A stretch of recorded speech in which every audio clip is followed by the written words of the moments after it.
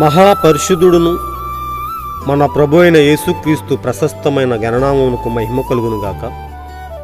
కుటుంబ బలిపీఠం అను ఈ మంచి అంశాన్ని ప్రతిరోజు యూకే గాస్పల్ స్ట్రీమింగ్స్ అను మా యూట్యూబ్ ఛానల్ ద్వారా ఆడియో రూపంలో వీక్షిస్తున్న మీ అందరికీ ప్రభు నామం పేరిట శుభములు తెలియజేస్తున్నాం. వినుచున్న ప్రతి అంశము మీ కుటుంబాలకు ఆత్మీయ జీవితాలకు ఆశీర్వాదకరంగా ఉండాలని ప్రభువుని ప్రార్థిస్తున్నాం.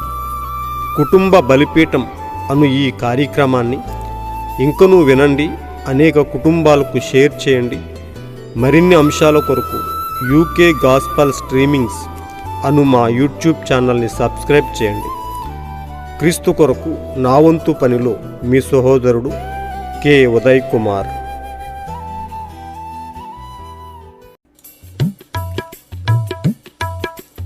గతించిన కాలము తిరిగి రాదు, రేపటి దినము నీది కాదు. గతించిన కాలము తిరిగి రాదు, రేపటి దినము నీది కాదు. నేడు వరే ఈ సమయం దేవుడిచ్చిన వరము. ఓ నేస్తమా, చూడుము నేడే యేసు వైపు, నడువుము నేడే క్రీస్తు వైపు.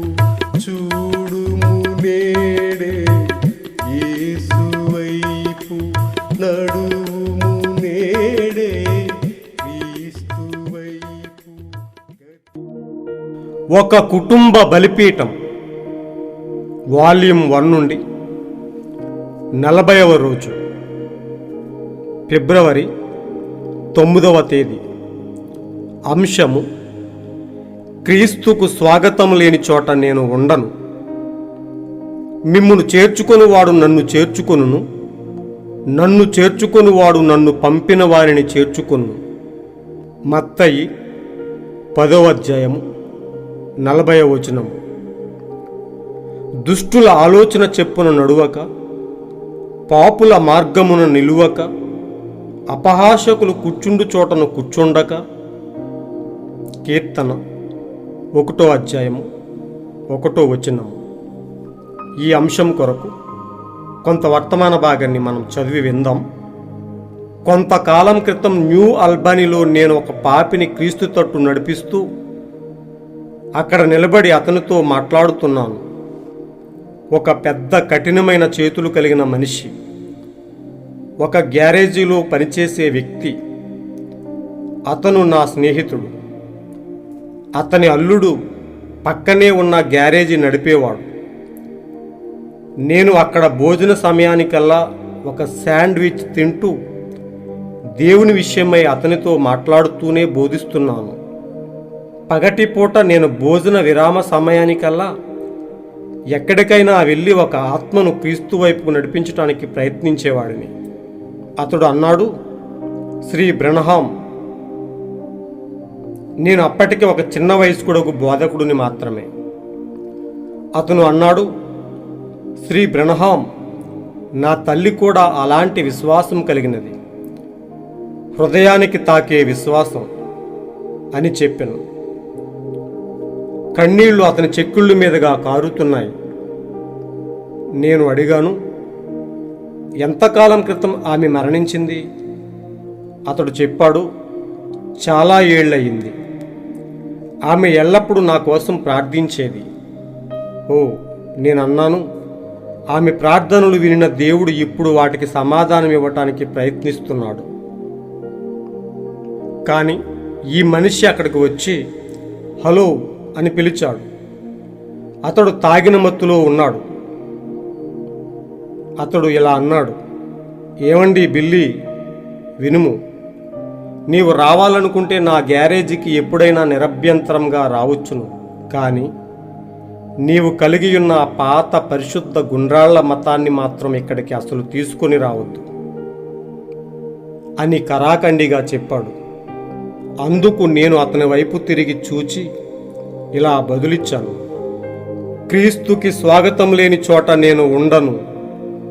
అప్పుడు అతడు వెనక్కి తిరిగి, బాబు, నీవు కాస్త బుద్ధి తెచ్చుకో అని అన్నాడు.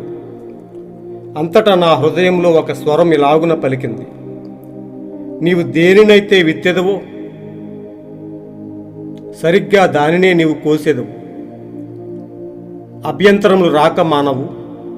అయితే అవి ఎవరి ద్వారా వస్తాయో వాడి మెడకు ఒక పెద్ద తిరగటి రాయిని కట్టి వాడిని సముద్రంలో విసిరివేయడం మేలు. ఏమి జరిగిందో తెలుసా? సరిగ్గా అదే రోజు మధ్యాహ్నం అతని అల్లుడు 2 టన్నుల బరువు గల ఒక భారీ షవర్లే ట్రక్కును అతని మీదకి ఎక్కించాను. అతడు నేలకు అణిచివేయబడ్డాడు. నలిపివేయబడ్డాడు. చూసారా, నీవు దేవుణ్ణి గౌరవించవలసి ఉంది. మీరది చేయవలసి ఉంది. దేవుడు గౌరవమును కోరుతున్నాడు. ఆయన దానిని ఖచ్చితంగా కోరుతున్నాడు. గౌరవములు అనే వర్తమాన భాగం నుంచి సేకరించబడిన గొప్ప అంశం. ప్రియ సోదరి సోదరులారా, నిజంగా ఎంత అద్భుతమైన అంశం. ఈ అంశంను మనం చదువుతున్నప్పుడు మనలో దేవునితో మనం ఎలా గౌరవంగా మెసులుకోవాలి, ఆయనతో మనం ఎలా నడవాలి అనే విషయాలు అర్థమవుతూ ఉన్నాయి. నిజంగా ప్రియ సోదరులారా, ఇక్కడ మనం మొదటిగా చూసినట్లయితే మన ప్రవక్త విలియం బ్రెనహాం విషయంలో మనం ఎన్నో విషయాలు ఆయన్ను మాదిరిగా పెట్టుకుని మనం జీవించాల్సి ఉంది. ఈ కాలానికి పంపబడిన గొప్ప ప్రవక్త. ఆయన అనేక మందికి మాదిరికరంగా జీవించి బోధించి వెళ్ళాడు. ఆయన బోధించిన దానికి మాదిరిగా జీవించి అనేక మందిని దేవుని తట్టు నడిపిస్తూ ఎంతో సామాన్యతలో జీవిస్తూ ఎల్లప్పుడూ ఆయన కొరకు అడుగులు వేస్తూ నడిచినట్టుగా మనం చూస్తున్నాం. ఎన్నో సమస్యలు, ఎన్నో ఇరుకులు, ఇబ్బందులు అతన్ని ఎల్లప్పుడూ చుట్టుముట్టినప్పటికీ వెనుదిరగకుండా క్రీస్తు కొరకు ఎల్లప్పుడూ యథార్థంగా జీవిస్తూ అనేక మందిని దేవుని తట్టు నడిపించిన గొప్ప సేవకుడు, గొప్ప ప్రవక్త. నిజంగా ఆయనలో మనం నేర్చుకోవాల్సింది, ఆయన ఎల్లప్పుడూ సువార్త చేస్తూ ఉండేవాడు. ఏ కొంచెం టైం దొరికినా ఆయన సువార్త చేస్తూ ఉండేవాడు. మరి ఇదే క్రమంలో ఒకరోజు ఒక పాపిని క్రీస్తుతో నడిపిస్తూ అతనితో మాట్లాడుతూ ఉన్న సమయంలో జరిగిన కొన్ని విషయాలను ఇక్కడ మనం చదువుకుని విన్నాం. నిజంగా ఆయనలో మనం చూడాల్సిన గొప్ప విషయం ఏంటంటే, ఇక్కడ చూద్దాం. పగటిపూట నేను భోజన విరామ సమయానికల్లా ఎక్కడికైనా వెళ్ళి ఒక ఆత్మను క్రీస్తు వైపు నడిపించటానికి, క్రీస్తు వైపు త్రిప్పడానికి ప్రయత్నించేవాడని. నిజంగా ఎంత అద్భుతం ప్రియ సోదరులారా. ఆయనకు ఏ చిన్న టైం దొరికినా ఒక పాపిని దేవుని వైపు నడిపించటానికి ఆయన వెళ్ళటం అనేది నిజంగా ఆయన ఒక కారణ జన్ముడు. ఆయన వచ్చిందే అందుకు. ఈ లోకంలో అనేక మందిని క్రీస్తు తట్టు నడిపించటానికి ఆయన వచ్చాడు. చిన్న టైం దొరికితే చాలు ఒక పాపిని క్రీస్తు తట్టు నడిపించడానికి ఆయన ప్రయత్నించేవాడు. నిజంగా అలాంటి క్రమంలో మరి మనము ఏం చేస్తున్నాం ప్రియ సోదరులారా? దేవుడు మనకిచ్చిన ఆయుస్సును బట్టి, మనకిచ్చిన సమస్త సమృద్ధిని బట్టి మరి దేవుని కోసం మనం ఏమైనా చేయగలుగుతున్నామా? కనీసం మన జీవిత కాలంలో ఒక్క ఆత్మనైనా క్రీస్తు తట్టు నడిపించడానికి మనం సిద్ధంగా ఉన్నామా? ఎందుకంటే ఒకరోజు తీర్పు దినాన్ని ఆయన అడుగుతాడు. మనకిచ్చిన ఈ వయస్సు, ఈ సమయాన్ని దేవుడు అడగబోతున్నాడు. నీకు ఎంత వయసు ఇచ్చాను, నీకు ఎంత సమయం ఇచ్చాను, నీకు ఎంత సమృద్ధినిచ్చాను కదా, నీవు నా కొరకు ఒక్క ఆత్మ నేను రక్షించావా? నీకు ఇచ్చిన తలాంతును బట్టి, అలాంటప్పుడు మనం క్రీస్తు ముందు తల వంచుకుని నిలబడే పరిస్థితిలో ఉన్నామా? కానీ కనీసం ఒక్కరినైనా, ఒక్క ఆత్మనైనా క్రీస్తు యొద్దకు నడిపించే క్రమంలో మనం ఉన్నామా అనే ఆలోచన, ఒక ప్రశ్న మనందరి జీవితాల్లో వేసుకోవాల్సిన అవసరం ఉంది. ప్రతి ఒక్కరూ కనీసం ఒక ఆత్మనైనా క్రీస్తునొద్దకు నడిపించిన ఒక ఆనవాలు మన జీవితాల్లో ఖచ్చితంగా ఉండి తీరాల్సిందే. ప్రియ స్నేహితులారా, నిజంగా ప్రవక్తని ఒక మాదిరిగా తీసుకుందాం. మరి అలాంటి క్రమంలో చూస్తే, అతను చెప్తున్నాడు, వేరే అతను మరొక అతను చెప్తున్నాడు, నీవు నా గ్యారేజీకి రావాలనుకుంటే నిరభ్యంతరంగా రావచ్చు, కానీ ఆ పాత పరిశుద్ధ గుండ్రాళ్ల మతాన్ని మాత్రం ఇక్కడికి అసలు తీసుకురావద్దు. నిజంగా చూడండి, అప్పుడు ప్రవక్త అన్నాడు, క్రీస్తుకు స్వాగతం లేని చోట నేను ఉండను. ఎంత కరాఖండిగా చెప్పాడు చూసారా. కానీ మనం క్రీస్తుకు స్వాగతం లేని, క్రీస్తుకు ఆహ్వానం లేని అనేక ఆహ్వానాలు ఈరోజు మనకు ఉంటాయి. మనం ప్రతి ఒక్క దానిలో మనం పాలు పంపులు కలిగి కొంత క్రీస్తు కొరకు, కొంత లోకం కొరకు జీవిస్తూ బతుకుతున్న మనం ఒక దినాన్న ఆయనతో ఎత్తబాటుకు ఎలా వెళ్తాం అనే విషయాన్ని ప్రతి ఒక్కరు ప్రశ్నించుకోవాలి. నిజంగా క్రీస్తుకు స్వాగతం లేని చోట మనకు ఏ పని లేదు. ఎందుకంటే మన జీవితం, మన ఆశ, మన గురి, మన గమ్యం క్రీస్తే. ఈ లోకంలో పూర్తిగా వేరైన మనం, ఈ లోకం నుంచి పూర్తిగా వేరవుతున్న మనం, ఎందులోనూ మనకు పాలు పంపులు లేవు. మనకు అనేక ఆహ్వానాలు ఉండొచ్చు, కానీ అక్కడ క్రీస్తుకు ఆహ్వానం ఉందా? అక్కడ వాక్యానికి చోటు ఉందా? అక్కడ క్రీస్తుకు కొంచెమైనా చోటు కలిగి ఉందా అనే విషయాన్ని మనం ఆలోచించి, అక్కడ దేవుని నామానికి మహిమకరంగా ఉంటేనే మనం ఆ ప్లేస్లో ఉండాలి. ఇక్కడ ప్రవక్త చెప్పాడు, క్రీస్తుకు ఆహ్వానం లేని చోట నేను ఉండను. మనము కూడా ఆయనలానే జీవిద్దాం. క్రీస్తు ఉన్న చోటే మనము కూడా ఉందాం. ఇంకో విషయాన్ని చూసినట్లయితే ఇక్కడ దేవుడు చెప్తున్నాడు, అలా అన్నప్పుడు అతడు వెనక్కి తిరిగి, క్రీస్తుకు స్వాగతం లేని చోట నేను ఉండను అని చెప్పిన వెంటనే అప్పుడు అతడు వెనక్కి తిరిగి, బాబు కాస్త బుద్ధి తెచ్చుకో. నిజంగా అప్పుడు దేవుడు మాట్లాడుతున్నాడు. అంతటా నా హృదయంలో ఒక స్వరం ఇలాగున పలికింది, నీవు దేనినైతే విత్తెదవో సరిగ్గా దానిని నీవు కోసెదవు. దేవునితో మనం చాలా గౌరవంగా మెసులుకోవాల్సిన అవసరం ఉంది. ఆయన ఏదైనా చేయగలడు. కనురెప్ప పాటలో ఒక మనిషిని మంటికి మార్చగల సమర్థుడు. అక్కడ ఏం జరిగిందో గమనించారా? ఆయన దేవుని సేవకుని గౌరవించలేదు, అంటే దేవుణ్ణి గౌరవించలేదు. దానికి అతను పొందుకున్న ప్రతిఫలం సరిగ్గా ఏం జరిగిందో తెలుసా? సరిగ్గా అదే రోజు మధ్యాహ్నం అతని అల్లుడు 2 టన్నుల బరువు గల ఒక భారీ షవర్లే ట్రక్కును అతని మీద ఎక్కించాను. అతడు నేలకు అణిచివేయబడ్డాడు, నలిపివేయబడ్డాడు. చూసారా, నీవు దేవుణ్ణి గౌరవించవలసి ఉంది. నిశ్చయంగా మనము దేవుణ్ణి గౌరవించవలసిన వారమై ఉన్నాం. నేను ఒక చిన్న విషయాన్ని మీకు గుర్తు చేస్తున్నా. నా జీవితంలో జరిగిన ఒక విషయం ఏమిటంటే, ఒకరోజు ఒక ఆవిడ నాతో ఒక వాగ్వాదానికి దిగింది. నేను మా ఇంటి గోడలకు మరి ప్రవక్త విలియం బ్రెన్హామ్ ఫోటోలు ఎక్కువ ఉండేవి. అంటే వాక్యంతో చక్కగా ఉండే ఫోటోలు నేను చక్కగా మరి ప్రేమ్ చేసుకుని పెట్టుకునేవాడిని. అయితే ఆవిడ వచ్చింది ఒక రోజు. వచ్చినప్పుడు, మీరు ఈ విలియం బ్రెన్హామ్ని కొలుస్తారా?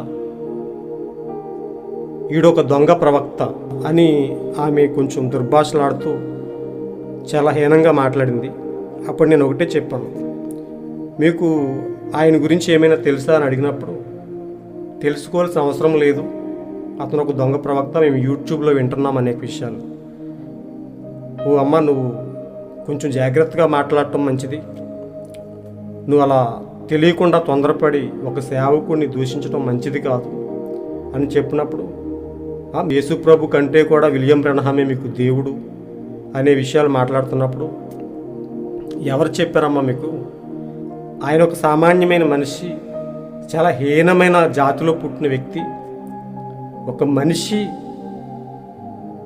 సరైన చదువు కూడా లేదు ఆయనకి. ఒక మనిషి కంటే ఆయన తక్కువే. కానీ దేవునితో ఎప్పుడు ఆయన కొలవలేదు మేము. కానీ దేవుడు సామాన్యతలో ఆయన వాడుకున్నాడు. అందుకు ఆయనకు దేవుడిచ్చిన వాక్కును బట్టి లేఖనాలతో పోల్చి మేము ఆయనను గౌరవిస్తున్నామని చెప్పినప్పుడు నాకు అవసరం లేదని చెప్పి దూషించినట్టుగా వెళ్ళిపోయింది. కానీ ప్రియ సోదరులారా, ఏం జరిగిందో మీకు తెలుసా? అదే రోజు రాత్రి ఆమె తణుకు నుండి హైదరాబాద్ ప్రయాణం, నైట్ బస్సు. ఎందుకు ఈమె ప్రవక్త గారిని ఇంతలా మాట్లాడింది, దూషించిందని నేను మనసులో బాధ పెట్టుకున్న టైం అది. నిజంగా ఏం జరిగిందంటే ప్రియ సోదరులారా, ఆ రోజు ఆమె ప్రయాణిస్తున్న ఆ బస్సు లోయలో పడిపోయింది. నిజంగా 40 మంది చనిపోయారు. కానీ ఈమె చనిపోలేదు. కానీ 2 కాళ్ళు తొడల వరకు కట్ అయిపోయినాయి. నిజంగా అలాంటి జీవితం నిజంగా కొని తెచ్చుకున్నట్టే ఆ శాపాన్ని. ఎందుకంటే సర్వశక్తివంతుడైన దేవుని సేవకుని దూషించింది ఆమె. ఇప్పటికీ నాకు చాలా గుర్తుంది. 1 నెల రోజులు ఆమె నరకయాతన అనుభవించి చివరికి ఆమె చనిపోయింది. నిజంగా ప్రియ సోదరులారా, దేవుణ్ణి గౌరవించటం మన బాధ్యత. ఒకవేళ మనకు అర్థం కాకపోవచ్చు, దాని గురించి క్షుణ్ణంగా తెలుసుకుని అప్పటికే అర్థం కాకపోతే ప్రార్థించి దూరంగా ఉండాలి తప్ప ఒక సేవకుణ్ణి, ఒక దేవుని సేవకుణ్ణి, ఒక పరిశుద్ధాత్మ కలిగిన ఒక సేవకుని దూషించటం ఆమెకి మరణాన్ని కొని తెచ్చింది. ఇలాంటి విషయాలు నేను 2-3 చూశాను, ఇంకా 2 చూశాను. కానీ ఒకటే చెప్తున్నా, ఈ కాలానికి పంపబడిన ప్రవక్త గురించి అర్థం అవ్వకపోతే అర్థం చేసుకోవడానికి ట్రై చేయండి. ఎన్ని విషయాలైనా మేము చెప్పడానికి రెడీ. కానీ తెలియకుండా దూషించొద్దు. ఆయన తెచ్చిన వాక్యంలో ఏమైనా కొంచెమైనా తప్పు ఉంటే మాకు తెలియపరచండి, మేము దానికి రుజువులు ఇస్తాము. కానీ ఒక దేవుని సేవకుణ్ణి నోటుకొచ్చినట్టు దూషిస్తే దానికి తగ్గ పర్యవసానాలు ఉంటాయి. దేవుడు ఖచ్చితంగా ముట్టుతాడు, తగిన సమయంలో ఖచ్చితంగా ముట్టుతాడు. ప్రియ సోదరులారా, దేవునితో అగౌరవంగా నడుచుకోవద్దు. దేవుని గౌరవించటం నేర్చుకుందాం. ఇక్కడ ప్రవక్త చెప్పినట్టుగానే క్రీస్తుకు స్వాగతం లేని చోట నేను ఉండను అని ఆయన చెప్పిన మాదిరిగా మనము కూడా మన జీవితంలో క్రీస్తునే ముందుగా పెట్టుకొని మనము వేసే ప్రతి అడుగు క్రీస్తు కొరకు జీవిస్తూ, క్రీస్తులోనే సాగుతూ, క్రీస్తు కొరకు అనేక ఆత్మలను, నశించిపోతున్న అనేక ఆత్మలను క్రీస్తు కొరకు నడిపిస్తూ దేవుని దగ్గర బలానమ్మకమైన మంచి దాసుడా అని అనిపించుకుందాము. అలాంటి గొప్ప సమయం, నిజంగా అలాంటి గొప్ప కృప దేవుడు మనందరితో ఉంచి అనేక మందికి సువార్తను చాటి దేవుని యొద్దకు నడిపించే గొప్ప కృపను పొందుకుందాం. God bless you all. ఈరోజు మీరు చదవాల్సిన అనుదిన వాక్య పఠనము లేవీకాండము 6-7 అధ్యాయములు, మత్తయి 25వ అధ్యాయము. ప్రియ సోదరులారా, ఈ అంశాన్ని మీకు తెలిసిన అనేక మందికి షేర్ చేయండి. క్రీస్తు సువార్తను అనేక మందికి షేర్ చేసి దేవుని యొద్దకు నడిపించే కార్యక్రమంలో మీరు కూడా పాలిభాగస్తులు అవ్వండి. దేవుని ఆశీర్వాదాలు మెండుగా పొందుకోండి. దేవుడు మిమ్మల్ని బహుగా దీవించునుగాక. God bless.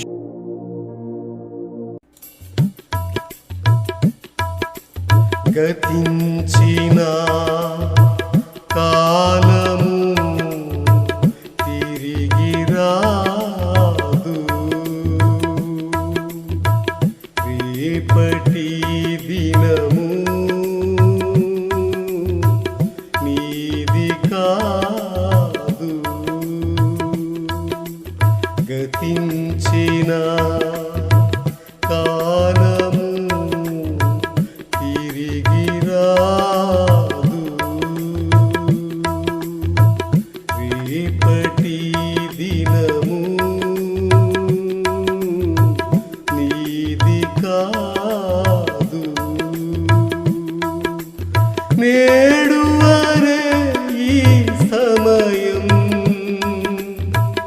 దేవుడిచ్చిన వరము.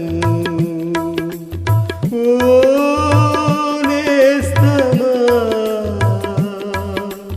చూడుము నేడే యేసు వైపు, నడువుము నేడే క్రీస్తు వైపు.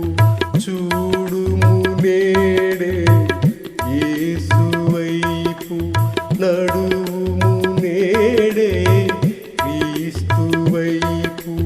గతించిన కాలము తిరిగి రాదు, రేపటి దినము నీది కాదు.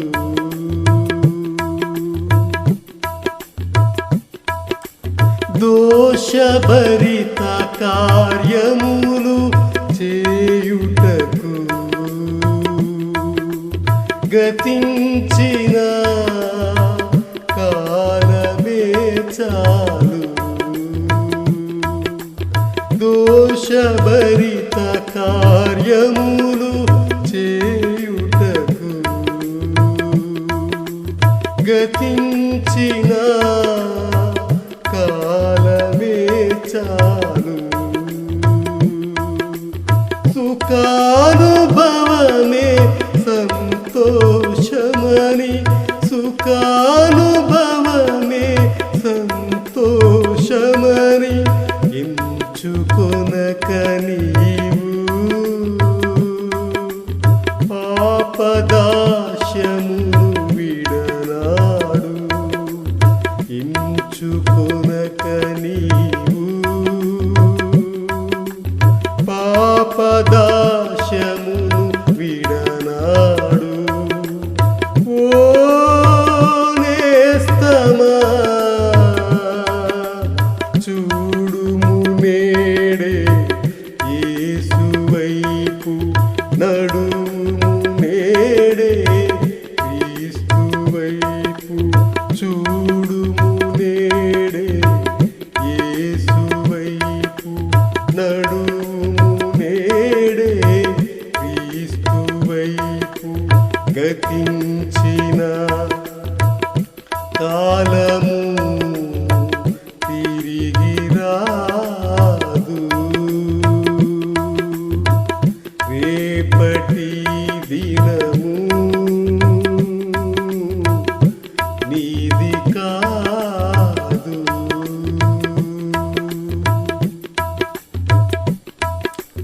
నీకిచ్చిన ఈ సమయం ముగియునేమో, దేవుడే మరి నిన్ను పిలచునేమో.